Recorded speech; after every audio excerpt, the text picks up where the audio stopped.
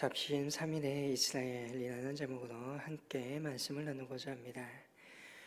이스라엘 백성들은 출애굽을 하면서 참으로 많은 기적을 보았습니다. 10가지 재앙으로부터 시작된 하나님의 기적은 홍해가 갈라지는 기적을 통하여 그 절정에 이르게 됩니다.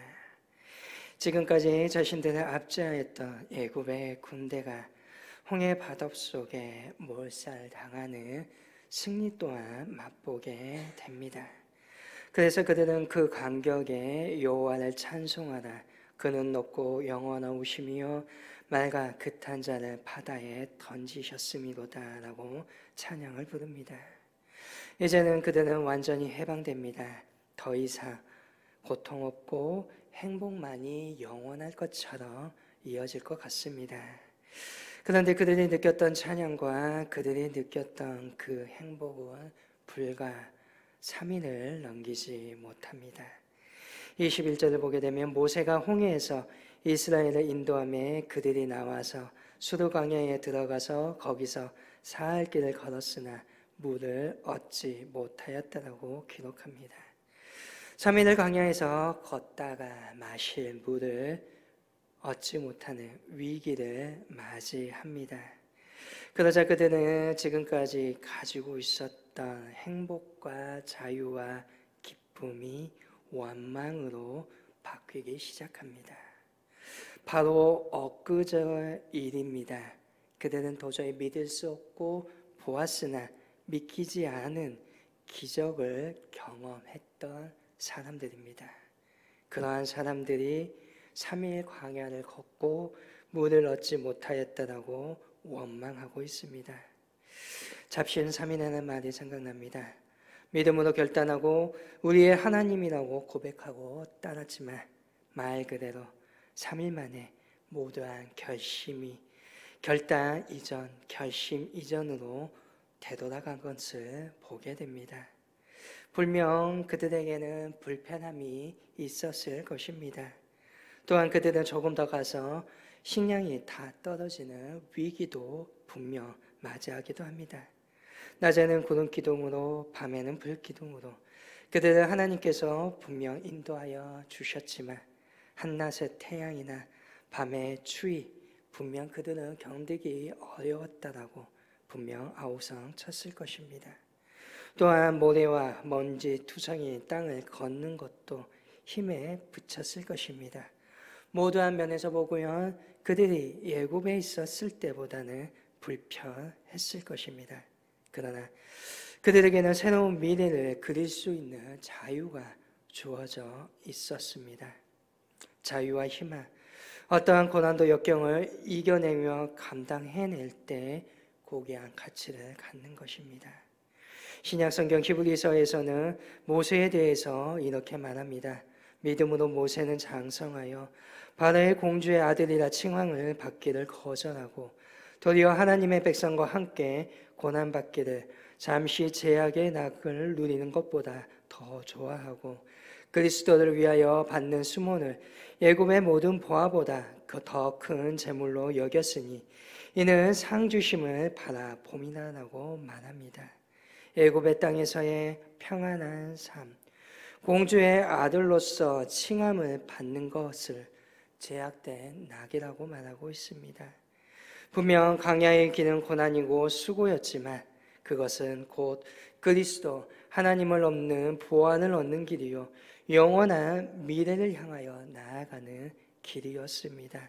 애굽 땅의 그 어떠한 보화보다 더 큰 재물이 바로 우리 주님이시라는 겁니다.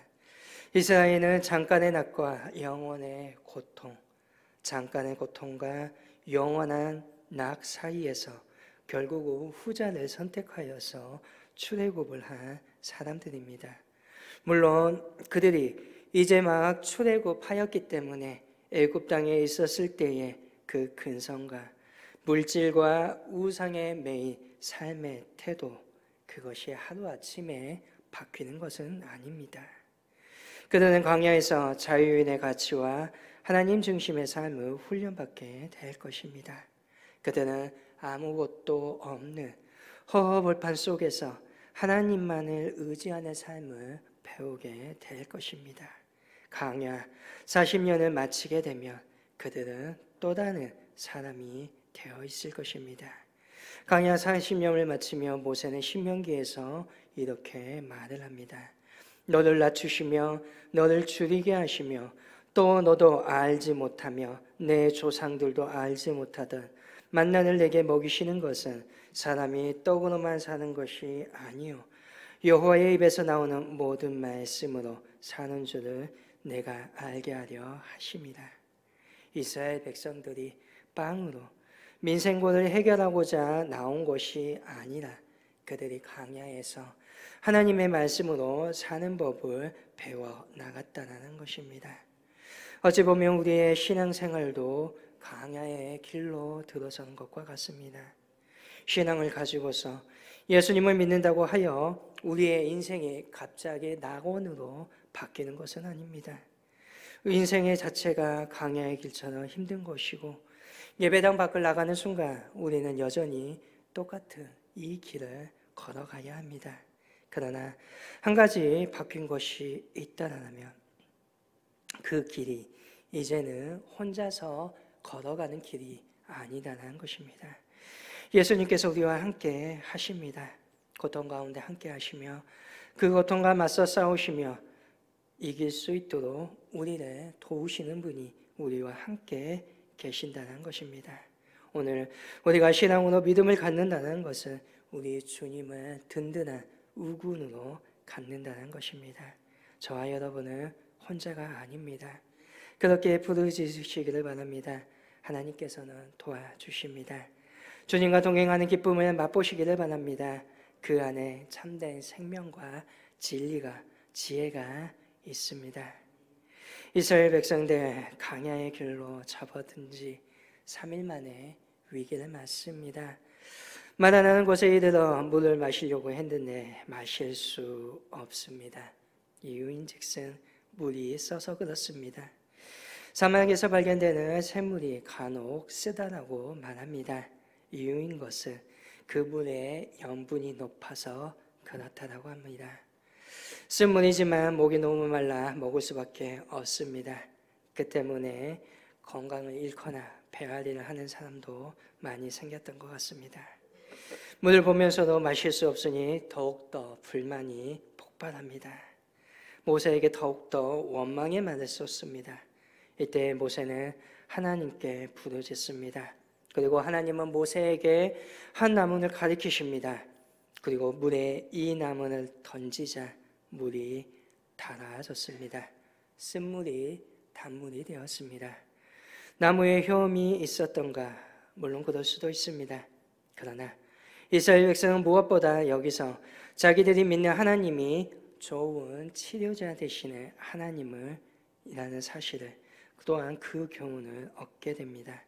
병든 자를 고치시고 먹지 못하는 물을 고쳐 생수가 되게 하시는 그 하나님을 만나게 됩니다. 이러한 기적이 우리의 삶에도 은혜로 있기를 원합니다.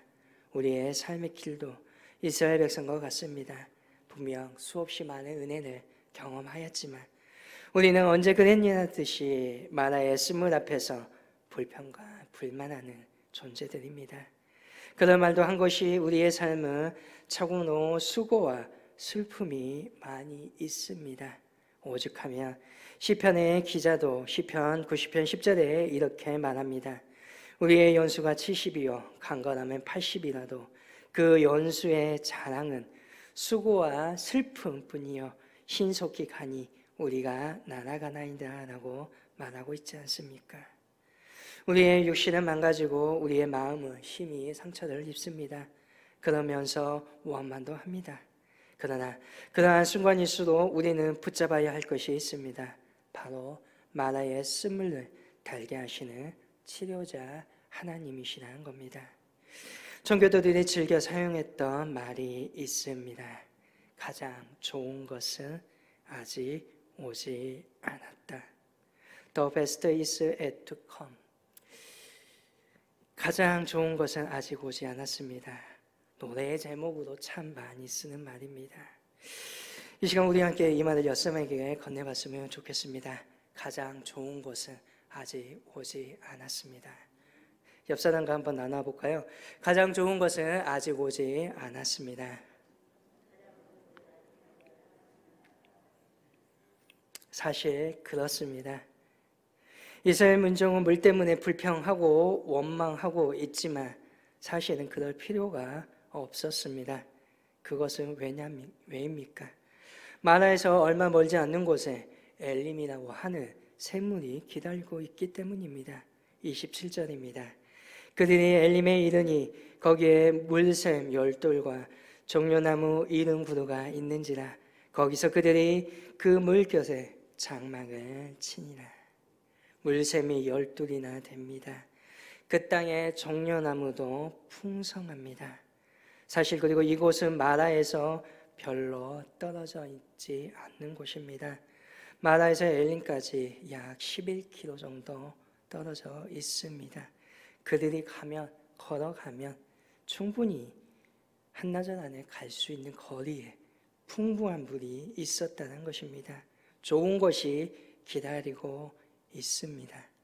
작심삼일의 믿음이 아니라 쓴 것을 달게 하시는 하나님을 의지하고 바라볼 수 있기를 바랍니다. 그렇다면 우리는 그 치료의 하나님을 어떻게 하며 경험하게 되는 것입니까? 첫 번째는 부르짖어야 하겠지요. 모세가 부르짖으니까 하나님께서 마라의 쓴물을 달게 해 주십니다. 그런데 한 가지 더 중요한 원칙이 우리는 있음을 보게 됩니다. 그것은 바로 말씀에 순종하는 것입니다. 이렇게 하나님께서는 말합니다. 너희가 너희 하나님 나 여호와의 말을 들어 순종하고 내가 보기에 의를 행하면 내 계명의 귀를 기울이며 내 모든 규례를 지키면 내가 애굽 사람에게 내린 모든 질병 중 하나도 너희에게 내리지 아니하리니 나는 너희를 치료하는 여호와임이라. 주님께서는 26절의 말씀에 순종함에 대해서 말합니다. 치료를 받는 원칙은 부르짖는 것이 있습니다. 그러나 그것보다 더 중요한 것은 바로 말씀에 순종하는 것보다 어떠한 정성보다 말씀의 순종이 우리를 치료하며 더욱더 급속도로 하나님과 가깝게 만드는 길입니다. 천천의 수양이나 만만의 강수 같은 기름이 아닙니다.